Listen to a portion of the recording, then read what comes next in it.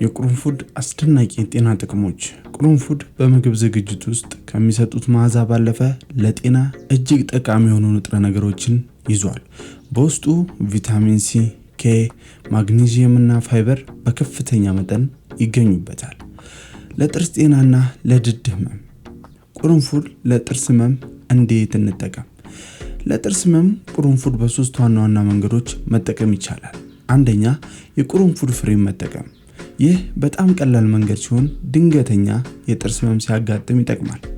አጠቃቀሙም 1 ወይም 2 የቅርንፉድ ፍሬዎች ህመሙ ባለበት ጥርስ አካባቢ ላይ ማድረግ፣ ፍሬው በምራቅ እንዲረሰርስ ማድረግና ሲለሰልስ በትንሹ በመንከስ ጭማቂው እንዲወጣ ማድረግ። ይህ ይዘት ህመሙ ባለበት ቦታ ላይ ሲፈስ በጥቂት ደቂቃዎች ውስጥ ህመሙን ያደነዝዘዋል። ሁለተኛ፣ የቅርንፉድ ዘይት። የቅርንፉድ ዘይት ከፍሬው የበለጠ ጠንካራና ፈጣን ውጤት አለው። አጠቃቀሙም 2 ወይም 3 ጠብታ የቅርንፉድ ዘይት ከግማሽ ሻይ ማንኪያ የወይራ ዘይት ወይም ከምግብ ዘይት ጋር መቀላቀል። ጠንካራ ስለሆነ ብቻውን መጠቀም ድድን ሊያቃጥል ይችላል። ጥጥ በዘይቱ ነክሮ ህመሙ ባለበት ጥርስና ድድ ላይ ለ5 ወይም ለ10 ደቂቃ መያዝ። ለድድ ህመምና ለድድ መድማት። ድድ በሚያብጥበት ወይም በሚደማበት ጊዜ ቅርንፉድ እንደ መፍትሄ ያገለግላል። ድድ በሚያብጥበት ወይም በሚደማበት ጊዜ ቅርንፉድ እንደ መፍትሄ ያገለግላል። ቅርንፉድ በውሃ ውስጥ አንተክትኮ ማፍላት። ውሃው ሲቀዘቅዝ አፍን በቀን 2 ጊዜ መጉመጥመጥ። ይህ በድድ ውስጥ ያሉ ባክቴሪያዎችን በማጥፋት እብጠትን ያክማል። ቅርንፉድን ማኘክ። ባክቴሪያ ስለሚገድል መጥፎ ያፍጠረንና በዘላቂነት ያስወግዳል። እነዚህ ሁሉ አሁን የነገርኳችሁ ጊዜያዊ መፍትሄ መሆናቸውን እንዳዘነጉ። ቅርንፉድ ህመም ያስታግሳል እንጂ የተበሳ ጥርስን አይጠግንም።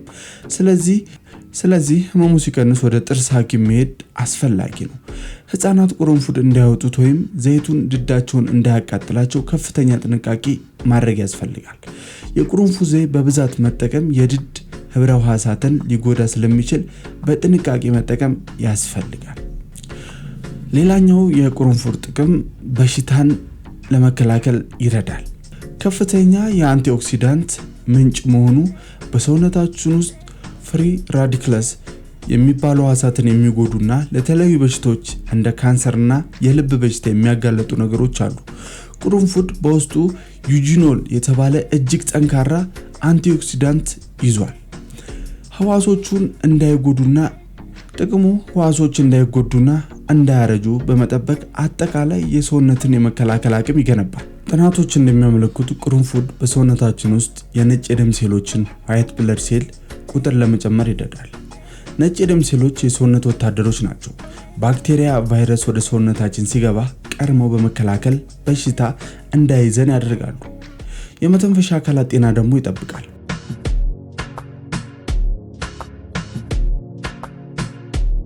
የቅርንፉድ አስደናቂ የጤና ጥቅሞች። ቅርንፉድ በምግብ ዝግጅት ውስጥ ከሚሰጡት መዓዛ ባለፈ ለጤና እጅግ ጠቃሚ የሆኑ ንጥረ ነገሮችን ይዟል። በውስጡ ቪታሚን ሲ፣ ኬ፣ ማግኒዚየም እና ፋይበር በከፍተኛ መጠን ይገኙበታል። ለጥርስ ጤናና ለድድ ህመም። ቅርንፉድ ለጥርስ ህመም እንዴት እንጠቀም? ለጥርስ ህመም ቅርንፉድ በሶስት ዋና ዋና መንገዶች መጠቀም ይቻላል። አንደኛ፣ የቅርንፉድ ፍሬን መጠቀም። ይህ በጣም ቀላል መንገድ ሲሆን ድንገተኛ የጥርስ ህመም ሲያጋጥም ይጠቅማል። አጠቃቀሙም 1 ወይም 2 የቅርንፉድ ፍሬዎች ህመሙ ባለበት ጥርስ አካባቢ ላይ ማድረግ፣ ፍሬው በምራቅ እንዲረሰርስ ማድረግና ሲለሰልስ በትንሹ በመንከስ ጭማቂው እንዲወጣ ማድረግ። ይህ ይዘት ህመሙ ባለበት ቦታ ላይ ሲፈስ በጥቂት ደቂቃዎች ውስጥ ህመሙን ያደነዝዘዋል። ሁለተኛ፣ የቅርንፉድ ዘይት። የቅርንፉድ ዘይት ከፍሬው የበለጠ ጠንካራና ፈጣን ውጤት አለው። አጠቃቀሙም 2 ወይም 3 ጠብታ የቅርንፉድ ዘይት ከግማሽ ሻይ ማንኪያ የወይራ ዘይት ወይም ከምግብ ዘይት ጋር መቀላቀል። ጠንካራ ስለሆነ ብቻውን መጠቀም ድድን ሊያቃጥል ይችላል። ጥጥ በዘይቱ ነክሮ ህመሙ ባለበት ጥርስና ድድ ላይ ለ5 ወይም ለ10 ደቂቃ መያዝ። ለድድ ህመምና ለድድ መድማት።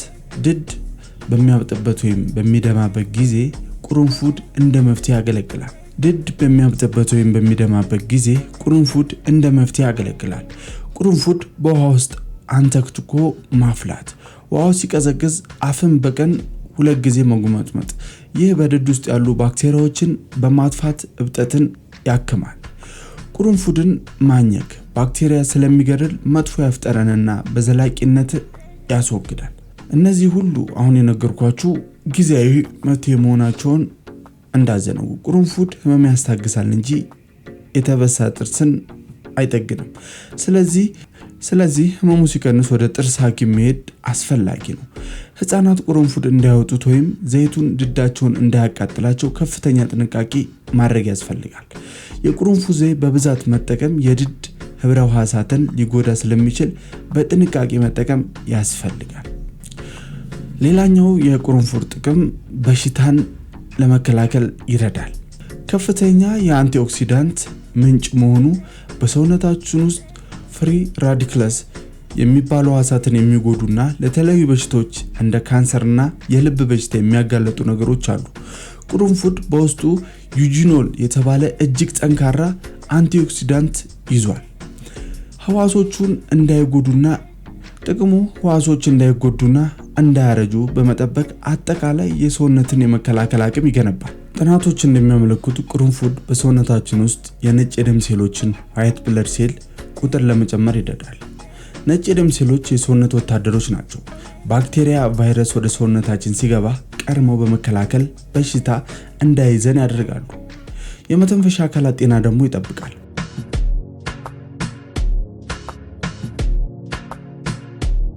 ጥያቄ ካላችሁ ኮሜንት ላይ ጻፉልኝ። በሚቀጥለው ቪዲዮ ስለ ተለያዩ ነገሮች እናወራለን። ሰብስክራይብ ማድረጋችሁን እንዳትረሱ። ይህ መልእክት ለሌላ ሰው እንዲደርስ ሼር፣ ላይክ፣ ሰብስክራይብ አሁንም ማድረግ እንዳትረሱ። በሌላ ቪዲዮ እስክንገናኝ ሰላም ቆዩልን።